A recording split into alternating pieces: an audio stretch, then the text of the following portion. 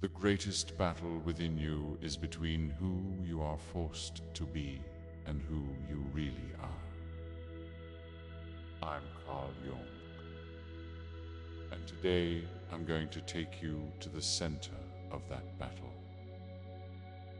What makes us who we are? Is it the soul, consciousness, or are we just the result of coincidence? For thousands of years, philosophers, mystics, and scientists have circled around the same question. But few have dared to delve deep into the human psyche. Freud found only repressed desires in the dark labyrinths of our minds. But I saw much more there. The unconscious had a language written in symbols whose meanings we have forgotten, a language woven with myths that have shaped the human psyche for centuries. This language whispers in your dreams. It manifests itself in your choices, and it has far greater power than you realize. But here's the danger. If you don't dare to look at your own shadow, you won't even realize that it has taken you over. Today, we will travel with you through the darkest corridors of myths, archetypes, and the human psyche. But remember, once you know, you cannot close your eyes again. I was born in 1875 in a small but restless town in Switzerland, and there was never peace in my mind. My father was a priest, but I could see him struggling with faith, trying to silence his doubts. My mother was two different women. An ordinary housewife by day and a stranger at night, pretending to belong to another world. Conscious and unconscious. I saw both in my own home, and since childhood I was torn between them. Europe was changing in those years. Science and religion were trying to strangle each other, while the Industrial Revolution blessed machines. Freud said that in the depths of our minds there were only repressed desires. But I saw something else. In my early youth, I was lonely. Books were my refuge. I read history, myths, psychology, Eastern philosophies. I wrote down my dreams.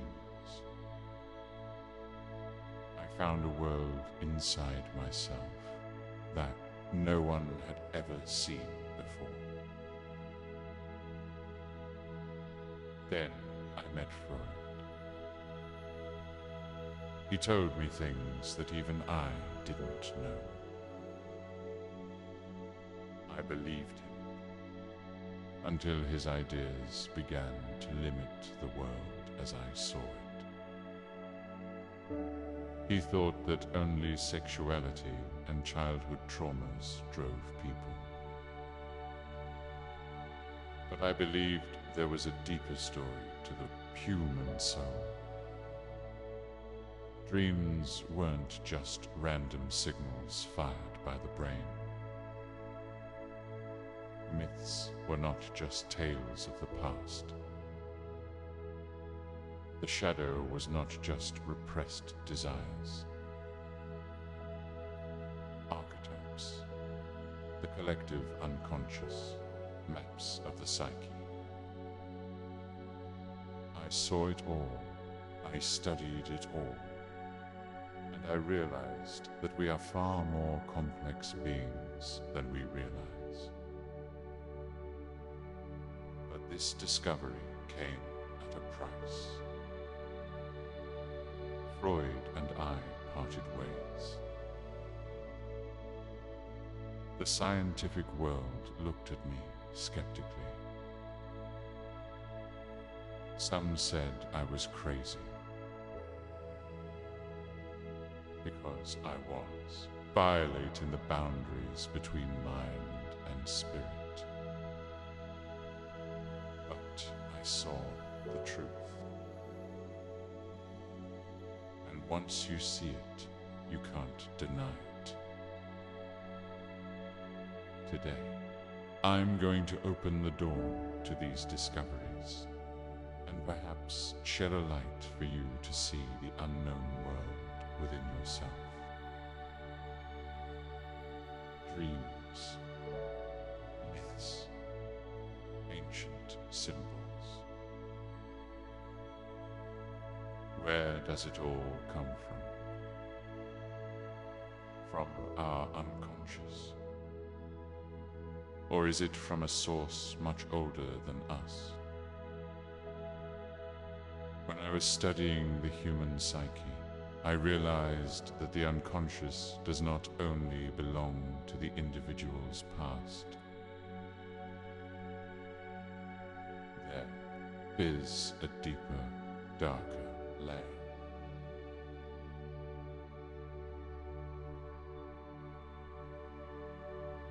Here, stories that have been going on for thousands of years live.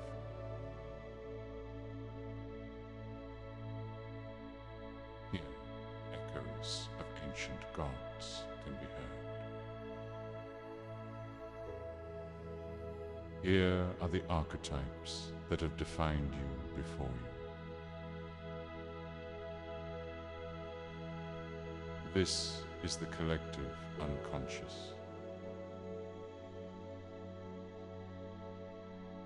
Freud saw man's unconscious as a reflection of his own traumas and desires. But I saw something more. I realized when I was looking at my patients' dreams, how can people from different cultures, different backgrounds, see the same images?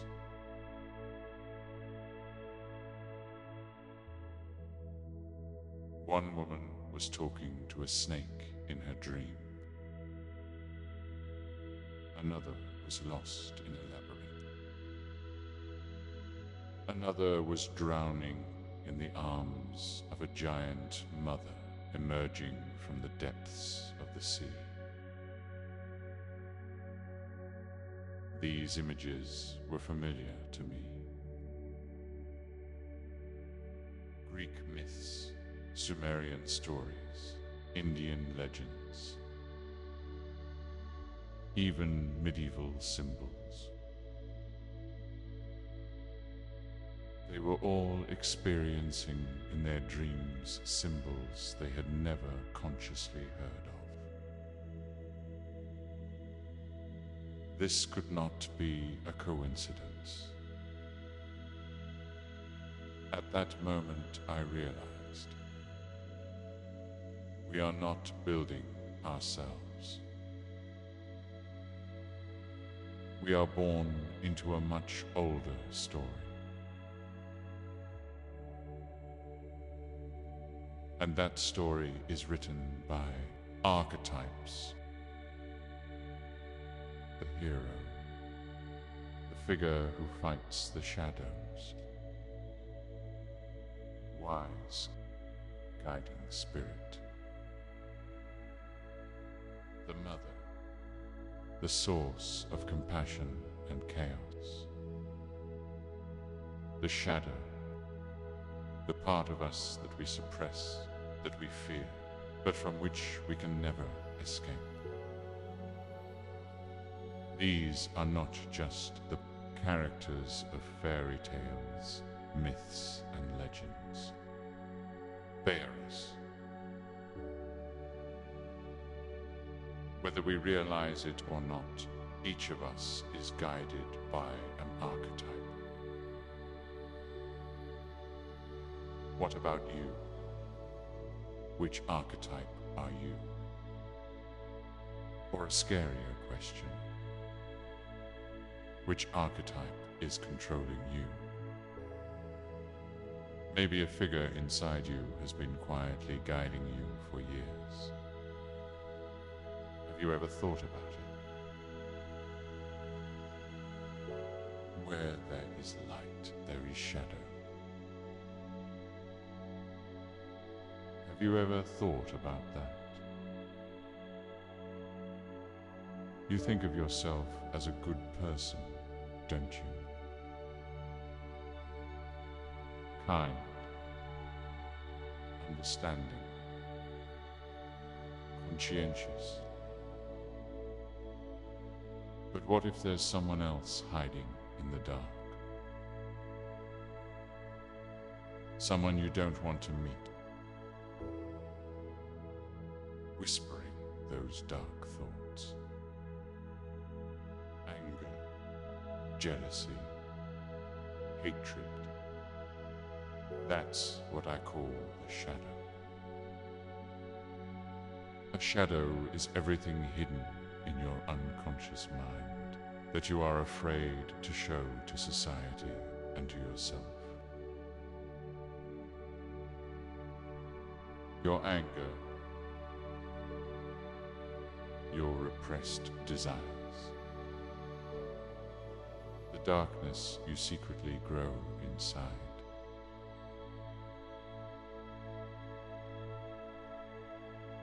Society has taught you what is good.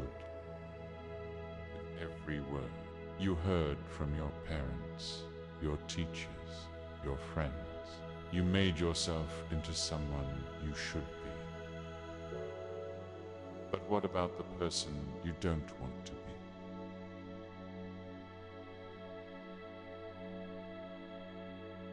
There's still an angry child living inside you. There's still a part of you that wants revenge.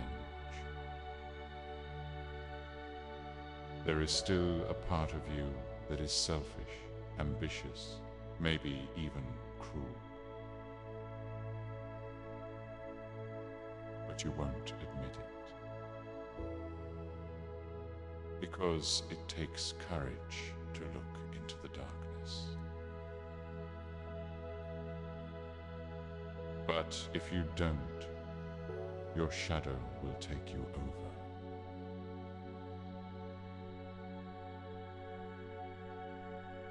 So, how do you recognize your shadow? It's simple. Look at the person you hate the most. Someone you can't stand. Someone who repels you, annoys you. Someone you despise.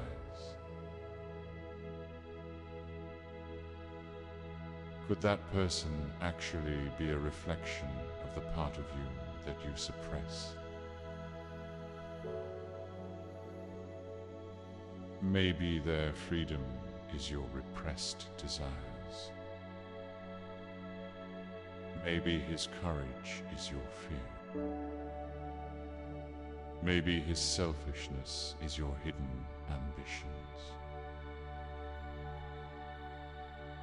The more you suppress your shadow, the stronger it becomes.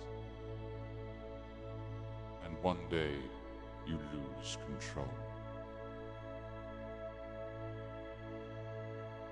But if you face it, then you can be truly free.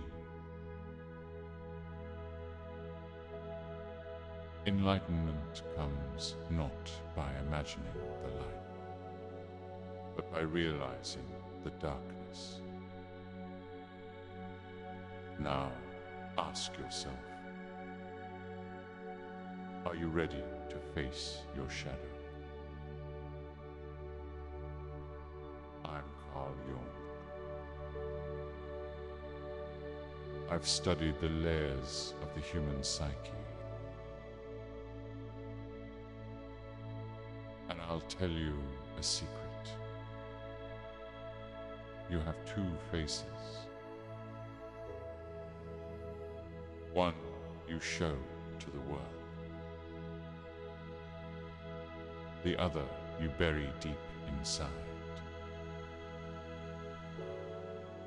This is the face you present to the world. Persona. Your mask.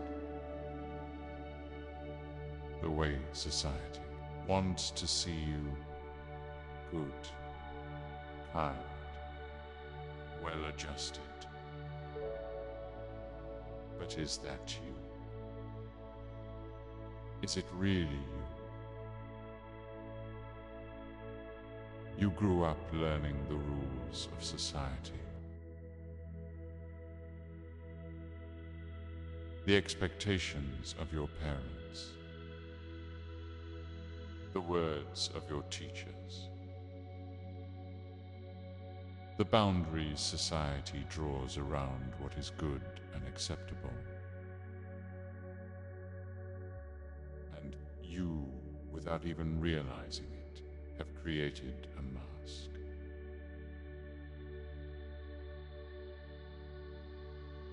Are you someone who cares about success? Then you must appear hard-working and disciplined. Do you want people's love? Then you must be kind and altruistic. But at what cost?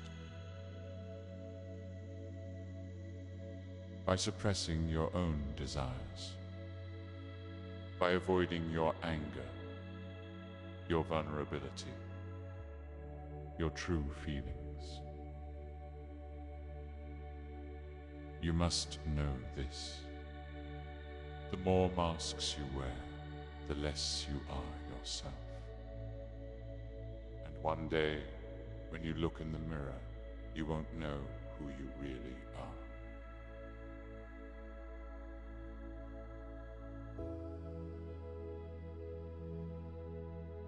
And if you take off the mask, that's when you meet your true self. The real you, not the you that tries to fit into society. The free, fearless, uninhibited you. But it's not easy to find, because you have been alienated from it for years. Now, think about it. When did you put on a fake smile? When have you suppressed your own feelings and tried to please others? When have you said, I have to do this, but you didn't really want to? In those moments, the persona was in charge. Behind the persona, there is you. My life has been about removing that mask. It wasn't easy. I had to go deep into my own darkness. But I know freedom is for those who dare to take off the mask. Are you ready to look in the mirror to see your true face? I embarked on a journey into the depths of the soul, and there I discovered a forgotten truth. There's a part of you that complements you, but you suppress it. If you are a man, a woman lives inside you. If you are a woman, a man lives inside you. This is anima and animus. The man rejects the feminine in himself. The woman represses the masculine in herself. But they don't know that man is complete only when he accepts both sides. If you're a man, you carry an anima inside you. This is your sensitivity, your intuition, your feelings. But what have you always been told? Men don't cry. Emotionality is weakness. You have to be strong. And you killed this soft, understanding part of yourself.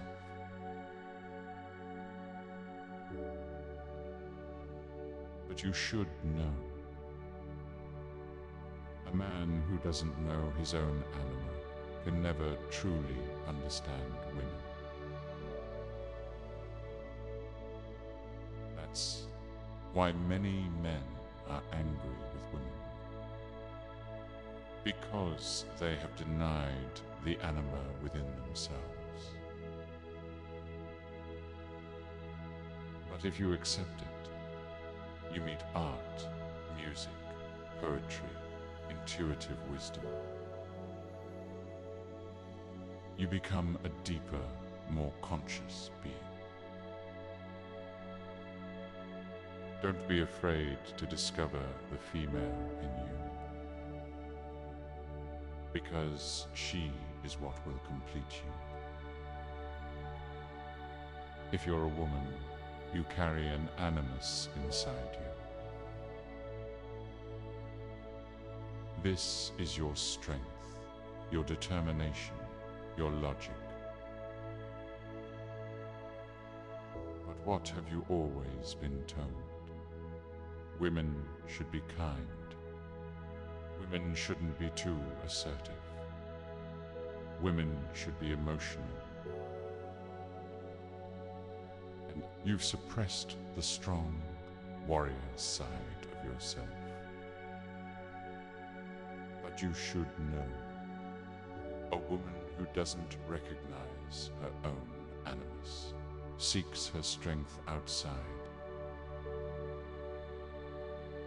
And that's why many women become dependent on strong men. Because he ignored the power within himself.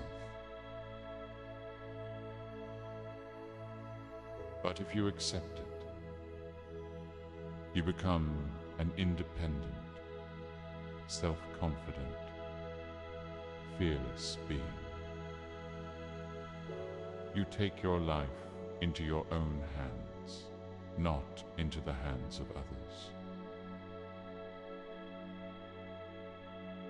Don't be afraid to discover your inner man, because it is what will complete you. Man is complete only when he balances the feminine and masculine energies within him. If a man lacks anima, he is rigid, callous, and cold. If a woman lacks animus, she is insecure, dependent, and indecisive. But the person who combines the two, he would be really free. Now I ask you, are you ready to recognize the part of you that is repressed?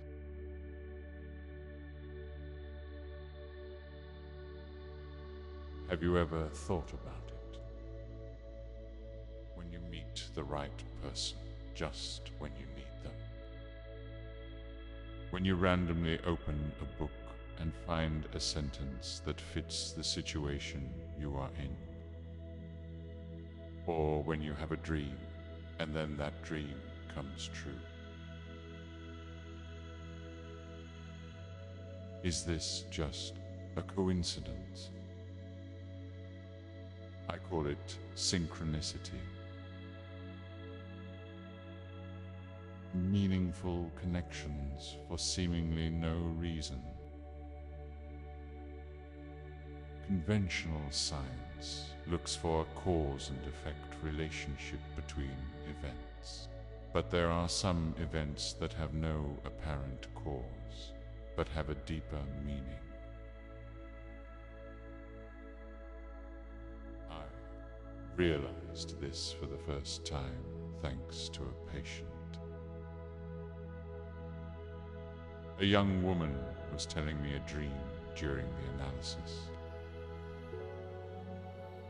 She said she dreamt she saw a golden beetle. And at that moment, at that very moment, a scarab beetle flew in from outside my window. I realized then that it couldn't be a coincidence. It was a call of the spirit. And that was a turning point in her therapy process. The signs the universe gives you.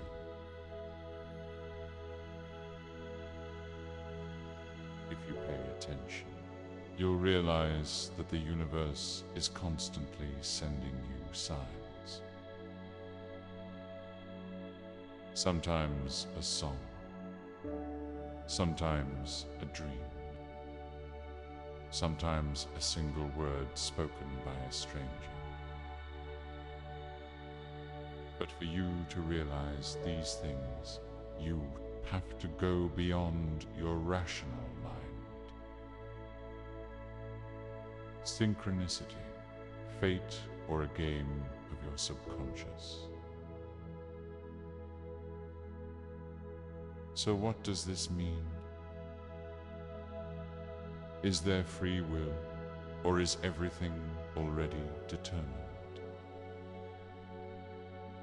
Does synchronicity mean that fate is guiding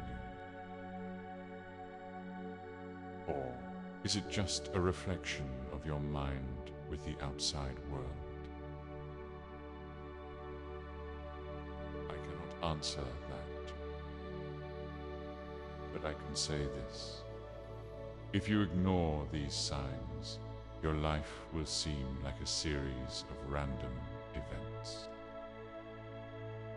But if you recognize them, you will begin to hear life whispering to you. Now, I'm asking you, have you recently experienced an event in your life that you can't make sense of? But you feel something deep inside you.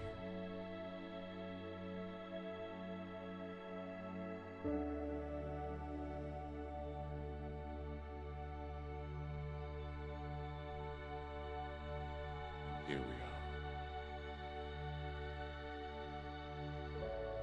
are, on the border of consciousness and the subconscious, at the threshold of logic and intuition, between reality and a dream. For me, life was not just an experience to be lived, but a journey to be made sense of.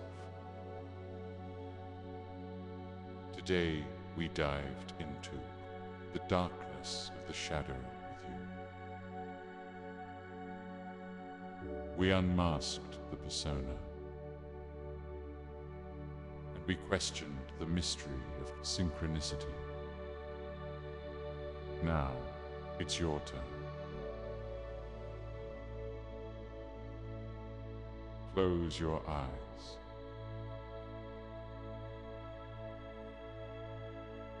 And ask yourself this question.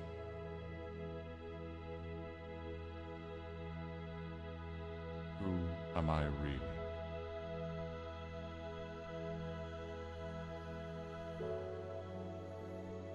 In silence, listen to the whispers from the depths of your subconscious. Because the answers are not in the outside world, but within. I am Carl Jung. And now it's time to wake up from my thoughts. But remember, when your subconscious calls you, remember to listen to it.